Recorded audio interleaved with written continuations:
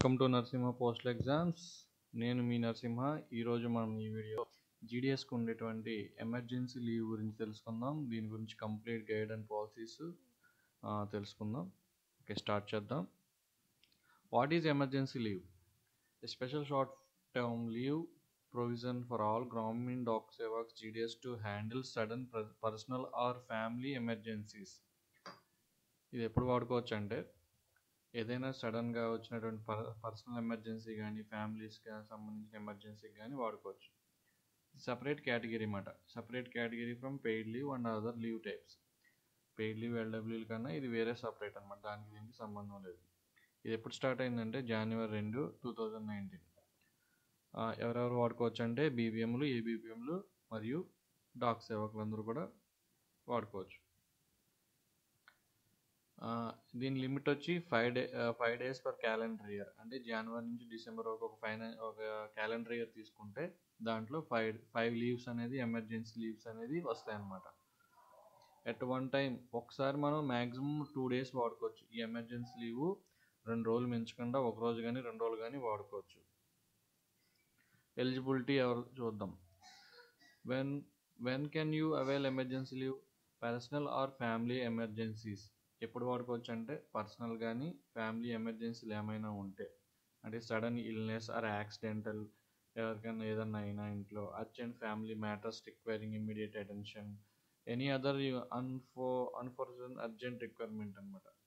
ఏదైనా అనుకోకుండా ఏదైనా అర్జెంట్ ఏదైనా అవసరం అయితే అలాంటి వీటికి కూడా ఈ ఎమర్జెన్సీ లీవ్ అనేది వాడుకోవచ్చు. దీన్ని ఎలా వాడుకోవాలో చూద్దాం. Application and approval. Application format వచ్చి ఒక మన ప్లెయిన్ పేపర్లో వైట్ పేపర్ మీద రీజన్ రాసి, లీవ్ రీజన్ రాసి మనం ఎవరికి పంపించాలి? బీపీఎంలో అయితే డివిజనల్ హెడ్ అంటే ఎస్పీ ఆర్ ఎస్ఎస్పి బీపీఎంలో అయితే. అది ఏబీపీఎంలో డాక్ సేవక్స్ అయితే మాత్రం అప్రూవల్ ఫ్రమ్ పోస్ట్ మాస్టర్. ఇప్పుడు హెడ్ పోస్ట్ ఆఫీసు అలాంటివి అనుకో హెడ్ పోస్ట్ మాస్టర్ ఇస్తారు. అలా కాకుండా సీనియర్ పోస్ట్ మాస్టర్ ఉంటారు కొన్ని జీపీఓలో, వాళ్ళు ఎస్పీఎం, అలాగే ఆర్ఎంఎస్లో అయితే ఎస్ఆర్ఓ, హెచ్ఆర్ఓ వీళ్ళు ఉంటారు కదా.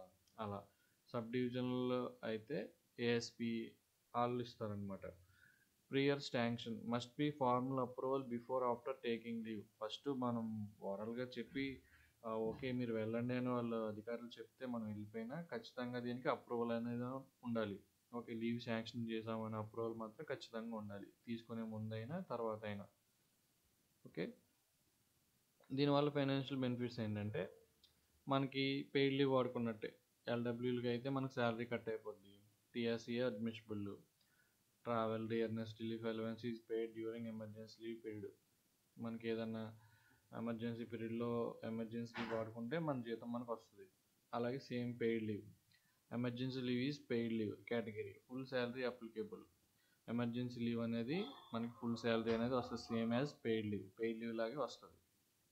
Important restrictions. దీంట్లో కొన్ని రెస్ట్రిక్షన్స్ ఏంటంటే cannot carry forward to next calendar year.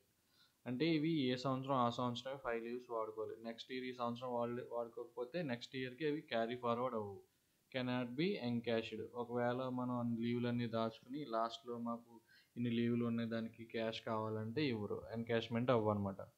Cannot combine with paid leave. మనం పెయిడ్ లీవ్తో పాటు దీన్ని కంబైన్ చేసుకోలేం. అంటే 4 రోజులు పెయిడ్ లీవ్ పెట్టి ఇంకో 2 రోజులు ఎమర్జెన్సీ లీవ్ పెడతానంటే కుదరదు. దీన్ని ప్రత్యేకంగా ఎమర్జెన్సీ లీవ్ అనేది ఒక సింగిల్ స్పెల్ కింద వాడాలి. Not available during put off duty. Put off డ్యూటీలో ఉన్నప్పుడు వాడుకోవడానికి ఉండదు. Beyond 2 days limit. ఒకవేళ మనం ఎమర్జెన్సీ లీవ్ పెట్టి 2 రోజులకి పెట్టి రాకపోతే అది ఎలా అవుతుందంటే 2 days లిమిట్ అయిపోతే కనుక excess paid is debited against paid leave. ఒకవేళ మనకి పెయిడ్ లీవ్ ఉంటే దాంట్లోంచి కట్ చేస్తారని పెయిడ్ లీవ్లు తగ్గిస్తారు. ఒకవేళ పెయిడ్ లీవ్ లేకపోతే కానీ అనదర్ ఆప్షన్స్ కానీ ఎల్డబ్ల్యూలు అంటే ఎస్పీ ఆర్ ఏఎస్పీ వాళ్ళు ఎలా అనుకుంటే అలా. అనదర్ ఆప్షన్ అంటే మొత్తం జీతం రాదు. ఒకవేళ ఎల్డబ్ల్యూలు కట్ చేసినా ఎల్డబ్ల్యూ కింద పోతుంది. If another options TRCA not admissible. ఒకవేళ మనం ఎల్డబ్ల్యూ కింద ట్రీట్ చేసినా అనదర్ ఆప్షన్ కింద ట్రీట్ చేసినా మనకి శాలరీ అయితే రాదనమాట. Sundays holidays treatment. In case మనం శనివారం పెట్టాం, 2 రోజులు పెట్టాం, సండే వచ్చింది మధ్యలో, మండే కూడా వాడుకోవాలి. మరి 3 రోజులు అయిపోయినాయి కదండి, ఎలా అంటే ఎలా? Sundays and postal holidays falling during emergency leave ఒకవేళ మధ్యలో సెలవులు కానీ సండేస్ కానీ వస్తే అవి are not counted as part of emergency leave. ఇప్పుడు 2 రోజులు పెట్టాం, శనివారం నుంచి సోమవారం వరకు, మధ్యలో సండే వచ్చింది కదా, అది కౌంట్ కాదు. శనివారం, సోమవారం, సాటర్డే, మండే మాత్రమే, ఆ 2 డేస్ మాత్రమే ఎమర్జెన్సీ లీవ్ కింద కౌంట్ అవుతాయి.